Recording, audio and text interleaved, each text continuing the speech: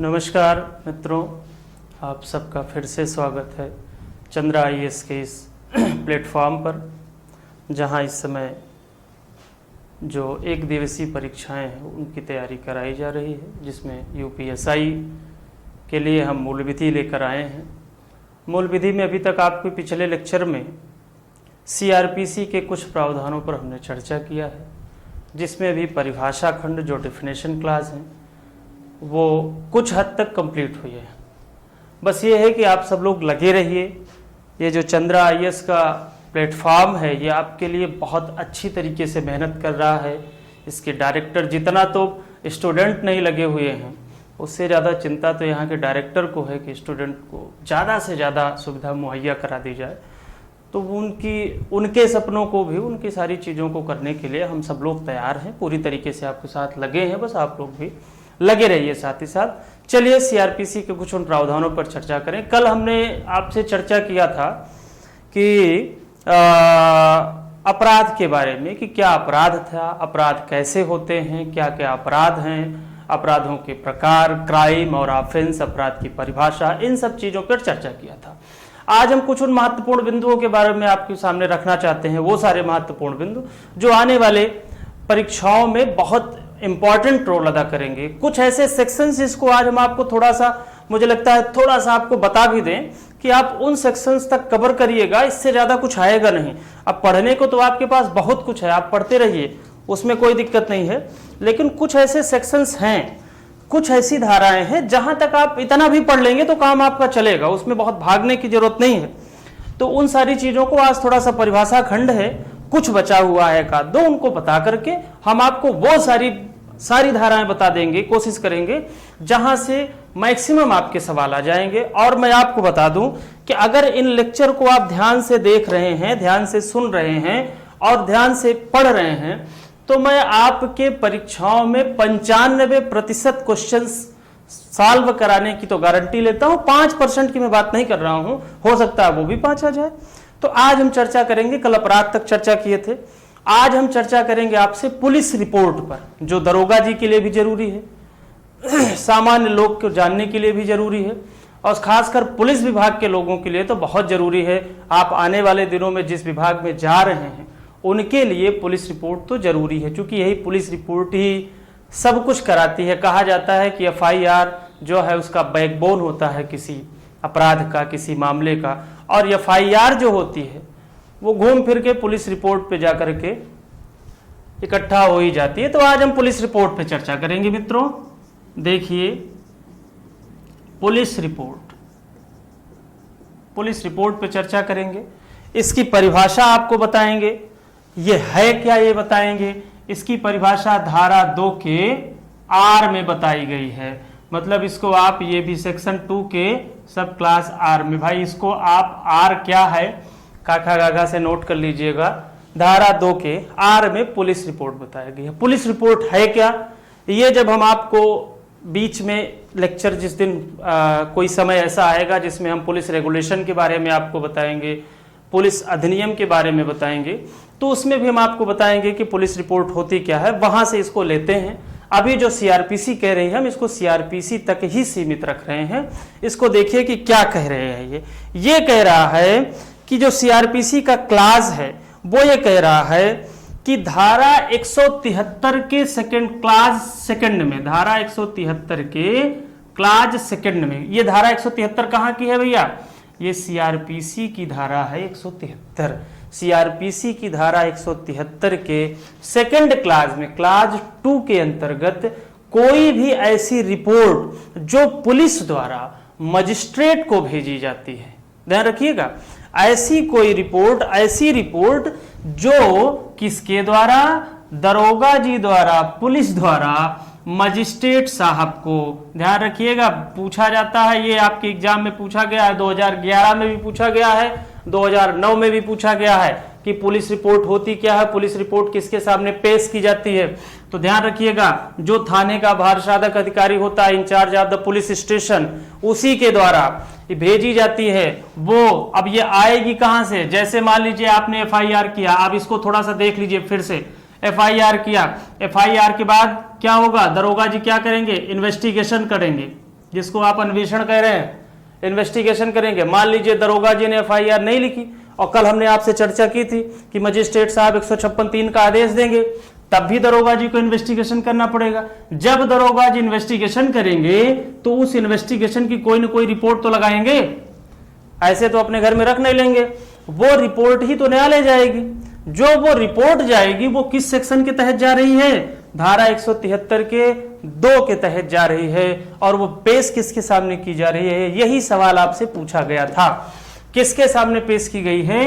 Magistrate के सामने पेश की गई है। तो ऐसी रिपोर्ट जो धारा 173(2) के तहत मजिस्ट्रेट के सामने पुलिस अधिकारी द्वारा, जो इंचार्ज ऑफ पुलिस स्टेशन है, थाने का भारसाधक अधिकारी द्वारा, आप कह सकते हैं दरोगा जी द्वारा पेश की जा रही है, उसे ही पुलिस रिपोर्ट कहा जाता है। ध्यान रखिएगा, इसी के तहत पेश की जाती है। अब ये इसमें है क्या, ये भी सोचिए। पहले हम आपको बता दें कि कितने तरीके की पुलिस रिपोर्ट होती है। कुछ लोगों का ये भी सवाल था, एक दिन हमसे लोग पूछ रहे थे। पुलिस रिपोर्ट 2 तरीके की होती है मित्रों, यहां से देख लीजिए। सॉरी, इसको ऐसे ना करके इधर दिख रहा है। चलिए, हम पुलिस रिपोर्ट की बात कर रहे हैं, इसको शार्ट में लिख दे रहे हैं। पुलिस रिपोर्ट 2 तरीके की हो गई। एक तो हो गई जिसको आप कहते हैं कि अगर पुलिस इन्वेस्टिगेशन की और पुलिस को इन्वेस्टिगेशन के बाद ये पता चला कि वास्तव में अपराध, जिस अपराध का आरोप लगाया गया था एफआईआर में, वो अपराध हो गया है। मतलब क्या है कि मान लीजिए ए के ऊपर आरोप लगाया गया था एफआईआर में और ये साबित हो गया है इन्वेस्टिगेशन में कि ए ने वह अपराध किया है। तो एक तो ये वाली हो गई। और दूसरी क्या हो गई? इन्वेस्टिगेशन में बहुत सारी ऐसी एफआईआर होती हैं जो झूठी एफआईआर भी कराई जाती हैं, या फिर कुछ ना कुछ लोचा बीच में हो जाता है, दरोगा जी लोग कर भी देते हैं। सामान्यतः ऐसा आरोप लगता है, मैं नहीं लगा रहा हूं। तो दूसरी है कि जहां अपराध ऐसा प्रतीत हुआ कि अपराध नहीं हुआ है,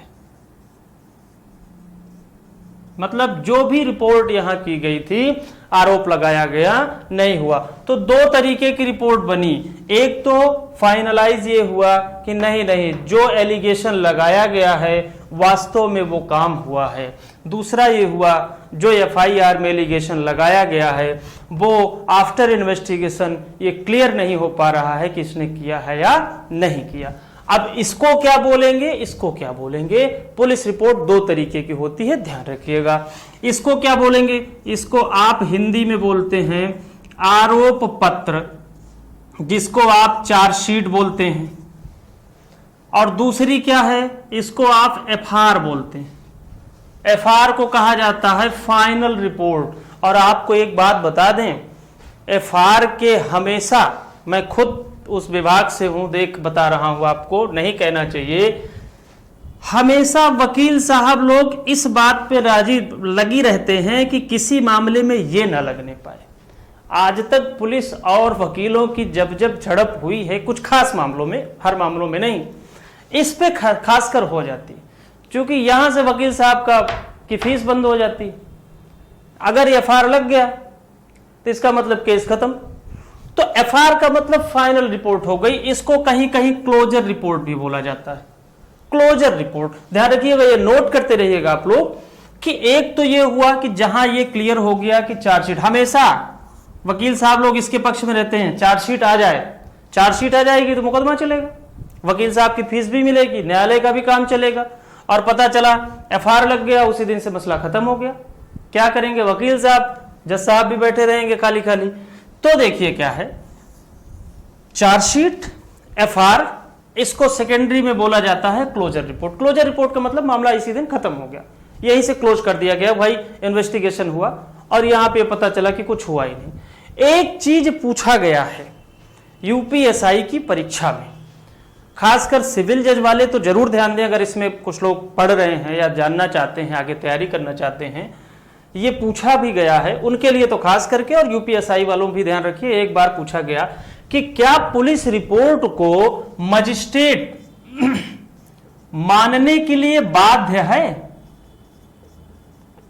जो भी police report in charge of police station ने सौंपी है, मजिस्ट्रेट को, क्या मजिस्ट्रेट इस बात के लिए बाध्य है कि उस पुलिस रिपोर्ट को स्वीकार कर ले? तो ध्यान रखिएगा, इसका आंसर होगा नहीं। कभी भी मजिस्ट्रेट, ये पूछा गया, ध्यान रखिएगा, नोट कर लीजिएगा, मजिस्ट्रेट कभी भी पुलिस रिपोर्ट को मानने के लिए बाध्य नहीं होता। वो फिर कुछ कह सकता है, भाई मजिस्ट्रेट को भी पता है कि कहां क्या लोचा होता है, वो भी इंसान है। मजिस्ट्रेट को जैसे ही लगा कि नहीं नहीं ये रिपोर्ट सही नहीं है, तो मजिस्ट्रेट एक बात बताता है, आगे मैं आपको जब FIR पढ़ाऊंगा, 173 पूरा पढ़ाऊंगा, तब मैं एक एक चीज क्लियर करूंगा क्यों ऐसा होता है। मजिस्ट्रेट फिर से इन्वेस्टिगेशन का आदेश दे सकता है, जिसको आप फर्दर इन्वेस्टिगेशन कहते हैं। वो बात तो बताई गई है 173 के खंड इसमें, लेकिन वो बात हम फिर चर्चा करेंगे, बाद में चर्चा करेंगे। अभी सिर्फ इतना ध्यान रखिए कि अपराध हुआ, अपराध हुआ, अपराध नहीं हुआ, फाइनल रिपोर्ट, क्लोजर रिपोर्ट और पुलिस रिपोर्ट, ये हो गई चार्जशीट हो गई, दो तरीके की पुलिस रिपोर्ट हो गई। अब सवाल ये बनता है कि पुलिस रिपोर्ट में पुलिस दरोगा जी लगाते क्या क्या हैं? तो कुछ और से अलग से थोड़ा लगता है।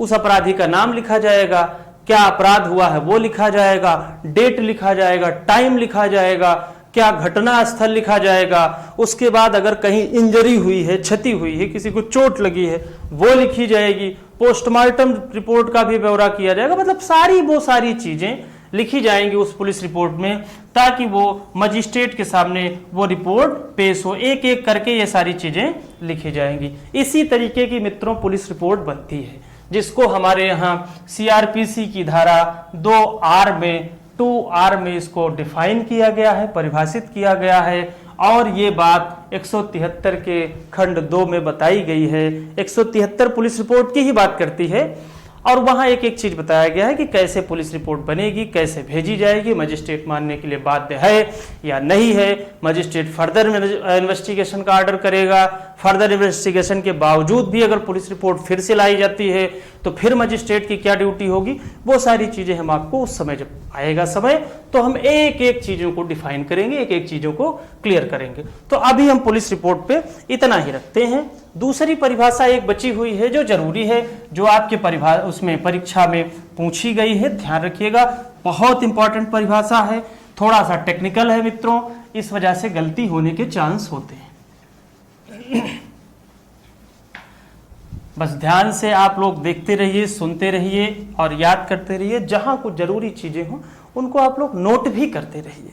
नोट करते रहेंगे तो मजा आ जाएगा। एक परिभाषा है मित्रों धारा 2X में। अच्छा, ये जो हम लिखते हैं S बनाते हैं, इसका मतलब होता है सेक्शन, इसकी हिंदी होती है धारा। अब वो चूंकि आदत बन गई है पढ़ाते पढ़ाते इसको लिख के धारा से काम चला लेने की, तो आप लोग इसको बस इतना समझ लीजिएगा, इसका मतलब धारा। ये धारा 2 के X में एक बात बताई गई है, एक मामला बताया गया है, उसको परिभाषित किया गया है। वो मामला क्या है? वारंट मामला।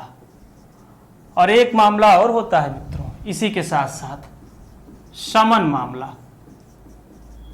समन और वारंट दो चीजें होती हैं, ठीक है।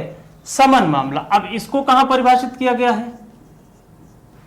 धारा 2 के W में परिभाषित किया गया। और उन दोनों में अंतर समझ लीजिए, बहुत कुछ नहीं है, लेकिन थोड़ा सा एक टेक्निकलिटी है जहां आपसे गलती होने के चांस ज्यादा रहते हैं। अब देखिए क्या कह रहा है वारंट मामला। क्या कह रहा है? यह कह रहा है कि ऐसा मामला जिसमें मृत्यु, आजीवन कारावास या, यही टेक्निकलिटी आप लोग ध्यान रखिएगा, यही टेक्निकलिटी बहुत जरूरी है कि ऐसे मामले जिसमें मृत्यु, आजीवन कारावास या 2 वर्ष से अधिक के मामले, आपको यही ध्यान रखना है। कुल मिलाकर के ऐसे मामले जिसमें सजा 2 वर्ष से अधिक हो या मृत्यु हो या आजीवन कारावास हो, ऐसे मामलों को कैसा मामला कहा जाता है भैया? वारंट मामला कहा जाता है। ये परिभाषा तो बहुत बड़ी है, आप इसको सीधा सीधा यही वाली लाइन पकड़ लीजिए, आराम से याद हो जाएगा। ध्यान रखिएगा। और समन मामलों में आप आ जाइए। समन मामलों में क्या है? ऐसा मामला जो ये नहीं है, सेक्शन 2 के डब्ल्यू में कहता है सिर्फ यही कि ऐसा मामला जो वारंट मामला नहीं है, समन मामले की कोई परिभाषा नहीं देता है, सिर्फ इतना कहता है कि समन मामला वो मामला है जो वारंट नहीं है।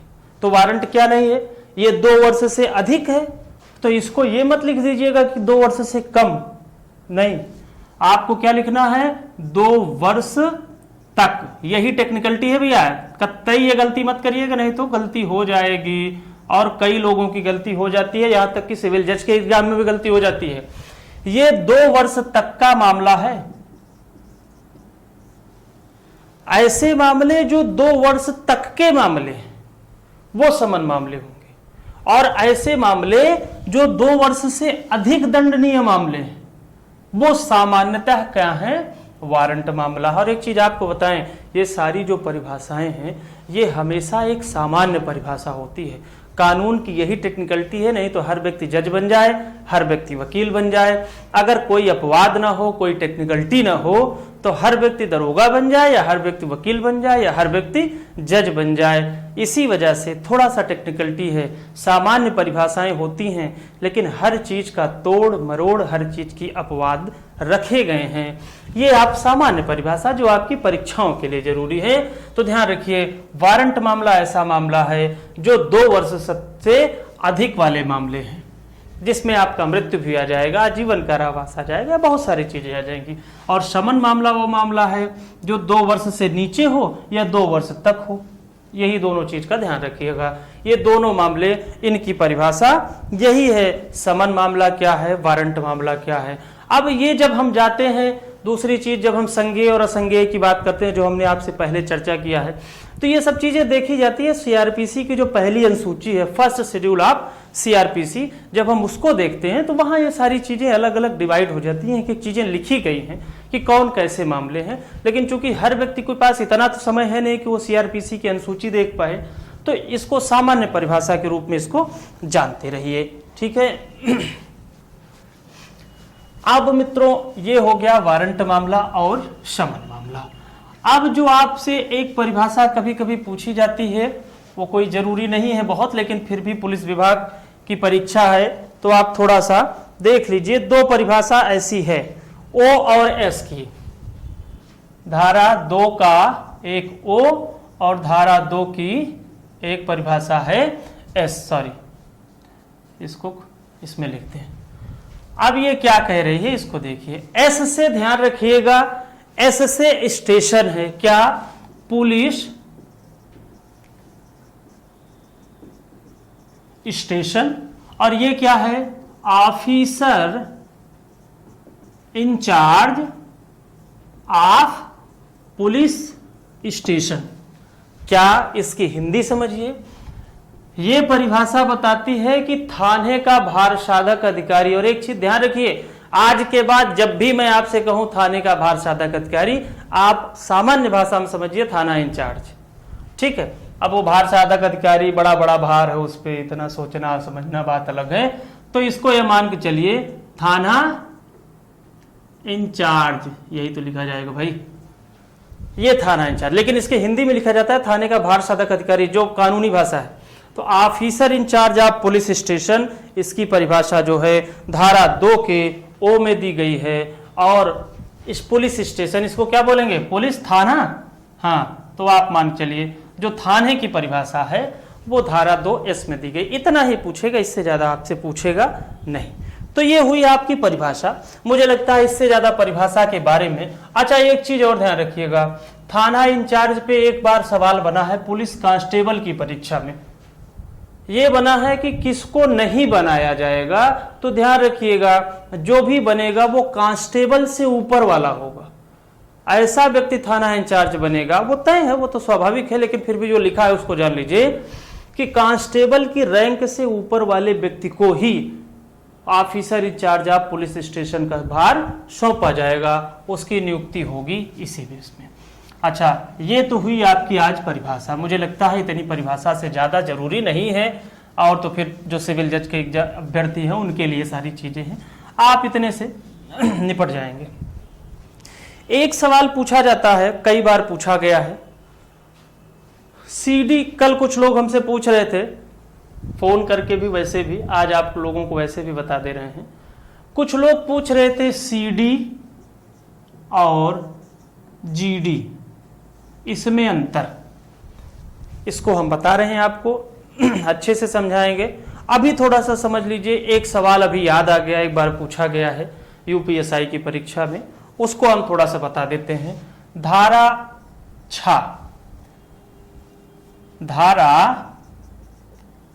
6 section 6 of CrPC 1973, section 6 of CrPC 1973, ये एक परिभाषा बताती है, कई बार पूछा गया है। ये कहती है क्लासेस ऑफ क्रिमिनल कोर्ट, दंड न्यायालयों के वर्ग, मतलब ऐसे कौन कौन से न्यायालय होंगे जिनको दंड न्यायालय कहा जाता है। ठीक है, इसको आप ऐसे ही समझिए। एक बार ये भी पूछा गया है, मैं आपको हमेशा ये चीजें बताता चलूंगा कि कौन चीज पूछी गई है, उसको नोट करते चलिएगा या इतना ध्यान रखते चलिएगा कि ये जरूरी चीजें हैं। क्लासेस ऑफ क्रिमिनल कोर्ट, जो हमारी सीआरपीसी कहती है, वो कहती है except high court, high court भी है। अब हम आपको एक एक चीज पहले बता दे रहे हैं। हाई कोर्ट हो गया, कोर्ट ऑफ सेशन हो गया, इसको बोला जाता है भैया सत्र न्यायालय। अंग्रेजी मीडियम वाले ध्यान दें। एक चीज और आपको बता दें, कभी भी बहुत से लोग गलती करते हैं, यहां तक कि वकील साहब भी गलती कर जाते हैं। सेशन कोर्ट बोलते हैं, जबकि सेशन कोर्ट नहीं होता, वो कोर्ट ऑफ सेशन होता है। हिंदी सत्र न्यायालय होती है, बात अलग है। High court, court of session, जिसको आप सत्र न्यायालय बोलते हैं, ये उच्च न्यायालय हो गया। उसके बाद क्या आया, उसके बाद एक आता है जिसको आप बोलते हैं judicial magistrate of first class, उसको आप बोलते हैं judicial magistrate of first class judicial magistrate, JM, इसको बोलते हैं प्रथम वर्ग के मजिस्ट्रेट का न्यायालय, मजिस्ट्रेट न्यायालय। दूसरा आता है second class judicial magistrate, second class judicial magistrate, इसको द्वितीय वर्ग बोला जाता है, द्वितीय वर्ग। और इसी में मित्रों एक और है दंड न्यायालय, जिसको आप बोलते हैं एग्जीक्यूटिव मजिस्ट्रेट।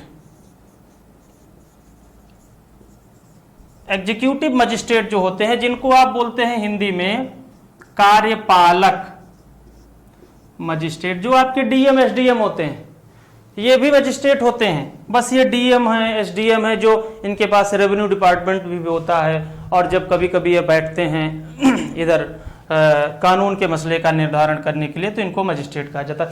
एक दिन आपको हम अलग से बताएंगे कि डीएम एसडीएम, जिलाधिकारी और डिस्ट्रिक्ट मजिस्ट्रेट, कलेक्टर, इसमें सब में क्या अंतर है, ये सारी चीजें बताएंगे। अब इसको देखिए, इतने तरीके के दंड न्यायालय की चर्चा करता है। कौन सी धारा, धारा 6 कहती है। अब देखिए क्या कह रहा है। एक सवाल पूछा गया है, यूपीएसआई में तो नहीं पूछा गया, यूपीएसआई में इतना ही पूछा गया है, इनमें से एक दे देता है कि कौन सा दंड न्यायालय नहीं है। ठीक है, तो आप ध्यान रखिएगा, हाई कोर्ट भी है, सत्र न्यायालय भी है। अच्छा, इसी के साथ साथ मित्रों और एक चीज ध्यान रखिएगा, ये जो फर्स्ट क्लास जुडिशियल मजिस्ट्रेट है, जो सामान्य जिले हैं वहां तो फर्स्ट क्लास जुडिशियल मजिस्ट्रेट होता है। ऐसे नगर जो महानगर होते हैं,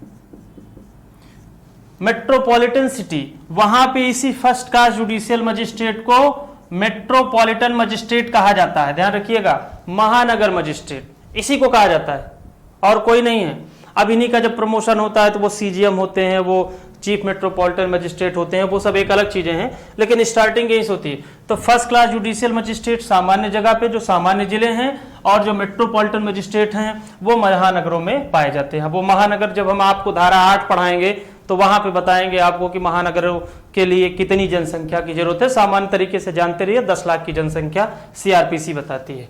ठीक है, अब देखिए, ये तो हुआ यूपीएसआई के लिए कि इसमें से वो पूछ लेगा आपसे, ऐसे ही पूछेगा, इसमें से कौन दंड न्यायालय है या नहीं है, एक आध हटा देगा, एक आध जोड़ देगा। एक चीज ध्यान रखिएगा, सामान्य लोग जानने वाले, जो सिविल जज वाले भी हैं या यूपीएसआई वाले या जो और भी परीक्षाओं वाले हैं वो भी ध्यान रखिएगा।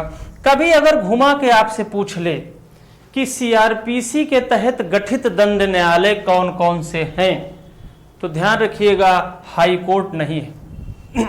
और जो इस बात के लिए कंफ्यूजन में है कि हाई कोर्ट सीआरपीसी के तहत दंड न्यायालय है, कतई नहीं है मित्रों, ध्यान रखिएगा। वजह क्या है, बिल्कुल कंफ्यूज मत होइए। इस वजह से कि हाई कोर्ट का जो गठन होता है वो हमारे कहां से होता है मित्रों, वो हमारे संविधान से होता है। जब हम 214 से पढ़ना शुरू करते हैं वहां से हाई कोर्ट का गठन होता है। सीआरपीसी इन सारे न्यायालयों का गठन करती है। वो बात अलग है कि हाई कोर्ट भी दंड न्यायालय है, लेकिन अगर सवाल आपसे घुमा के पूछ लिया, कंपटीशन बहुत ज्यादा है, सवाल किसी भी तरीके से घुमाया जा सकता है ताकि आप गलती करें और चयन से बाहर हो जाएं। तो ध्यान रखिएगा, एक एक टेक्निकलिटी ध्यान रखिएगा। हाई कोर्ट कभी भी सीआरपीसी के तहत नहीं गठित होता। वो ठीक है कि सीआरपीसी पे ही वो काम करता है, लेकिन गठन जो उसका है, एस्टैब्लिशमेंट ऑफ हाई कोर्ट जो है, वो भाई मित्रों हमारे संविधान, भारत का संविधान करता है। इनका सबका गठन नहीं करता। इनके सबके लोग जो पीठासीन अधिकारी हैं, जो यहाँ जजों की नियुक्ति है, वो बात अलग है कि वो संविधान करता है, लेकिन इस न्यायालय का गठन संविधान नहीं करता, ये सीआरपीसी करती है। जब आप अभी धारा 9 पढ़ेंगे, 8 धारा 9 से लेकर के 10, 11, 12, 13, 14 तक जब पढ़ेंगे, सिविल जज वाले जब पढ़ते हैं, वहां पे इन सबकी नियुक्ति है। ये सारे न्यायालय हैं गठित होते हैं। तो ध्यान रखिएगा, हाई कोर्ट कभी भी सीआरपीसी के तहत नहीं गठित किया जाता, ये संविधान के तहत गठित किया जाता है। लेकिन जो क्लासेस ऑफ क्रिमिनल कोर्ट्स हैं उसमें हाई कोर्ट सम्मिलित किया गया है। तो इतने तरीके के दंड न्यायालय होते हैं। एक चीज और ध्यान रखिए, बहुत से लोग कंफ्यूज होते हैं। बहुत बार सिविल जज की क्लास में हमसे कुछ लोग पूछे हैं कि सर ये बताइए, ये जो पीसीएस जैसी नियुक्ति होती है यूपी में, उसमें क्या शुरुआत यहां से होती है? तो ध्यान रखिएगा, है तो ये, लेकिन अब जो सीआरपीसी आपकी 1973 बनी, इसके पहले तो थर्ड क्लास जुडिशियल मजिस्ट्रेट भी हुआ करते थे। लेकिन जब सीआरपीसी 1973 वाली बनी, उसके बाद थर्ड क्लास मजिस्ट्रेट को हटा दिया गया, अब सेकंड क्लास है। लेकिन मित्रों एक चीज ध्यान रखिएगा, यूपी में सेकंड क्लास मजिस्ट्रेट की नियुक्ति नहीं होती है, शुरुआत ही यहीं से कर दी जाती है। फर्स्ट क्लास जुडिशियल जितने भी हैं वो फर्स्ट क्लास जुडिशियल मजिस्ट्रेट ही होते हैं। ये अपवादिक दशा बात अलग है, लेकिन कुछ लोग इसको समझते हैं कि जो पीसीएस जैसे नियुक्ति होती है वो यहीं से नियुक्ति खास करके हो जाती है। तो ध्यान रखिए, ये धारा 6 आपको बता रही है कि कितने तरीके के दंड न्यायालय हैं। इसमें सवाल बनता है, सत्र न्यायालय धारा 6 के तहत दंड न्यायालय है, उच्च न्यायालय है, प्रथम वर्ग मजिस्ट्रेट हैं, द्वितीय वर्ग है और कार्यपालक मजिस्ट्रेट भी हैं। तो ये सारी चीजें आप ध्यान रखिएगा। इसी में फोन भी आ गया, ध्यान नहीं दे पाए। चलिए ये चीज हुई। अब मित्रों एक चीज और ध्यान रखना है आपको, ये धारा 6 की बात हो गई। अब एक सवाल आपके लिए जो बनता है, आज इसको हम सोच रहे हैं बता ही दें, तब सीडी और जीडी में अंतर बताएंगे, उसमें पुलिस अधिनियम भी बताना है, पुलिस रेगुलेशन भी बताना है। एक चीज और आई दिमाग में जो आपके लिए जरूरी है, ये बहुत जरूरी है। धारा 24 और धारा 25, पुलिस विभाग के जो भी कर्मचारी हैं, चाहे दरोगा जी हों, चाहे डीएसपी साहब हों, चाहे थाना इंचार्ज हों, एसएचओ हो, कोई भी हो, एक कांस्टेबल से लेकर के ऊपर तक के आदमी इनके टच में रहते हैं भैया, इनसे दूर नहीं भाग सकते। अब ये हैं कौन, इनको ध्यान रखना है। 24 में लोक अभियोजक की नियुक्ति हो रही है और 25 में यही लोक अभियोजक क्या हो जा रहे हैं, सहायक लोक अभियोजक, सॉरी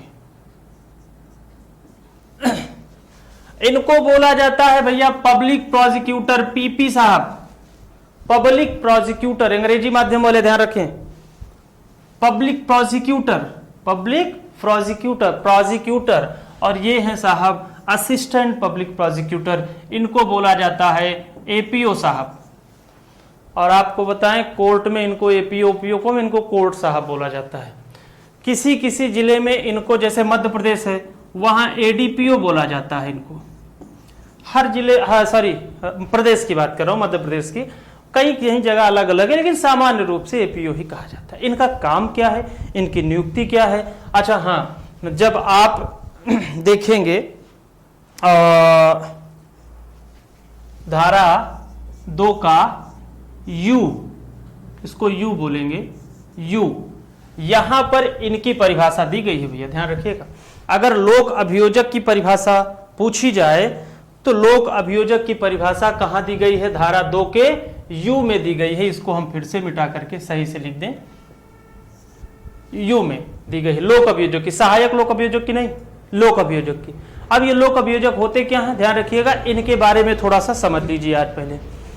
ये लोक अभियोजक जो हैं, जो भी हाई कोर्ट्स हैं, हर स्टेट के हाई कोर्ट्स, सेंट्रल गवर्नमेंट है या स्टेट गवर्नमेंट, दोनों गवर्नमेंट जो अपने मामले का जो भी मामला, चूंकि ज्यादातर मामले, जब आप संविधान हम आपको किसी दिन पढ़ाएंगे, तो बहुत से मामले जिसमें पार्टी, क्रिमिनल मामलों में चूंकि जो अपराध होता है वो राज्य के प्रति होता है, तब जब राज्य सरकार अपने मामले का संचालन करने के लिए किसी व्यक्ति को नियुक्त करती है, कुल मिलाकर के न्यायालय में राज्य सरकार के अभियोजन की कार्यवाही को संपादित करने वाला व्यक्ति ही क्या कहलाता है? लोक अभियोजक। कुल मिलाकर एक भाषा में समझिए, लोकल भाषा में समझिए, तो ये सब सरकारी वकील होते हैं, परमानेंट वाले।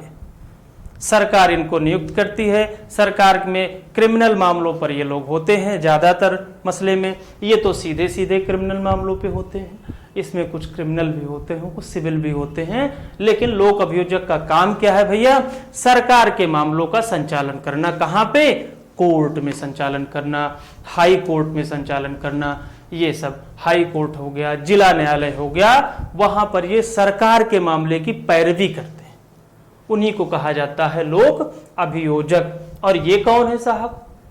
इनको भी समझिए, ये हाई कोर्ट या कोर्ट ऑफ सेशन में नहीं नियुक्त होते, ये एक मजिस्ट्रेट के न्यायालय में नियुक्त होते हैं। यही सवाल पूछा गया है, मैं इसी को आपको बताना चाह रहा था। पूछा जाता है कि सहायक लोक अभियोजक एपीओ साहब की नियुक्ति किस न्यायालय में की जाती है? तो ध्यान रखिएगा, किस न्यायालय में होते हैं? मजिस्ट्रेट के न्यायालय में सरकार के मामलों में जो अभियोजन पक्ष की तरफ से सरकार के मामले की जो पैरवी करते हैं सरकार के, ये क्या होते हैं? लोक अभियोजक होते हैं। मतलब जो भी, मान लीजिए कैसे, मान लीजिए कोई एफआईआर हुई, जब भी एफआईआर मजिस्ट्रेट के यहाँ ट्रायल शुरू होता है, ध्यान रखिएगा, ट्रायल के मामले पर सबसे पहले कौन बोलेगा? पीड़ित व्यक्ति ही तो बोलेगा कि माय लॉर्ड हमारे ऊपर गोली चली, या हमारा हाथ पैर तोड़ डाले, मेरा दांत तोड़ डाले, ये तोड़ डाले, वो तोड़ डाले। कुल मिलाकर के जो पीड़ित होगा वही सबसे पहले कहेगा कि हुजूर माई बाप इन्होंने ऐसा किया है। तो यहां पे क्या है कि चूंकि वो जो अपराध होता है, हमारा संविधान कहता है या हमारा विधि शास्त्र कहता है कि जो भी अपराध होता है वो राज्य के प्रति अपराध होता है। तो राज्य के प्रति अपराध है तो राज्य अपना वकील नियुक्त करेगी। तो राज्य का वकील कौन होगा? यही है, और इसी से शुरुआत होती है ट्रायल की। ध्यान रखिएगा, सबसे पहले, अब वो बात अलग है कि आपको इनको भरोसा नहीं है तो आप अपना वकील नियुक्त कर लें, और आपराधिक मामलों में आपको वकील नियुक्त करने की जरूरत नहीं, राज्य वकील नियुक्त करके पहले से रखिए पीओ साहब को, जो भी हैं ये कोर्ट साहब, यही शुरुआत करते हैं ट्रायल की। तो कुल मिला के आप मान के चलिए इन्हीं के हाथ में बहुत कुछ होता है। ठीक है, अब वो ठीक है, जो लोकल चीजें कही जाती हैं वो सब बात की बातें हैं, लेकिन जो विधिक चीजें हैं, किताबी चीजें हैं, जानकारी की चीजें हैं, वो ये ध्यान रखिए कि सरकार के मामलों में अभियोजन पक्ष की तरफ से जो कार्यवाही का संचालन करता है उसको क्या कहा जाता है? लोक अभियोजक। मजिस्ट्रेट के कोर्ट में ये होते हैं, और दूसरे कोर्ट में, हाई कोर्ट या कोर्ट ऑफ सेशन में, वहां लोक अभियोजक होते हैं। ठीक है, अब ध्यान रखिएगा, पुलिस विभाग के लोग ध्यान विशेष करके रखें, जो दरोगा के लोग हैं वो ध्यान के रखें, दरोगा में की परीक्षाओं वाले ध्यान रखें कि ऐसे लोग, एक सवाल पूछा किसी बच्चे ने कि क्या पुलिस अधिकारी को एपीओ बनाया जा सकता है? ध्यान रखिएगा, क्या ये दोनों किसी पुलिस अधिकारी को भी बनाया जा सकता है? तो सामान्य रूप से तो कहा गया है कि किसी पुलिस के कर्मचारी को, पुलिस विभाग में कार्यरत किसी ऐसे व्यक्ति को लोक अभियोजक नहीं बनाया जाएगा। लेकिन कुछ अपवाद हैं। वो अपवाद क्या है मित्रों, ये ध्यान रखिए। एक अपवाद ये है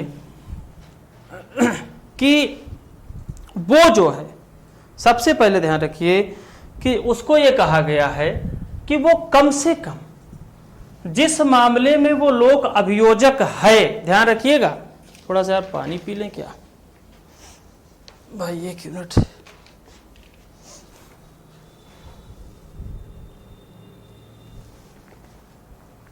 कष्ट के लिए खेद।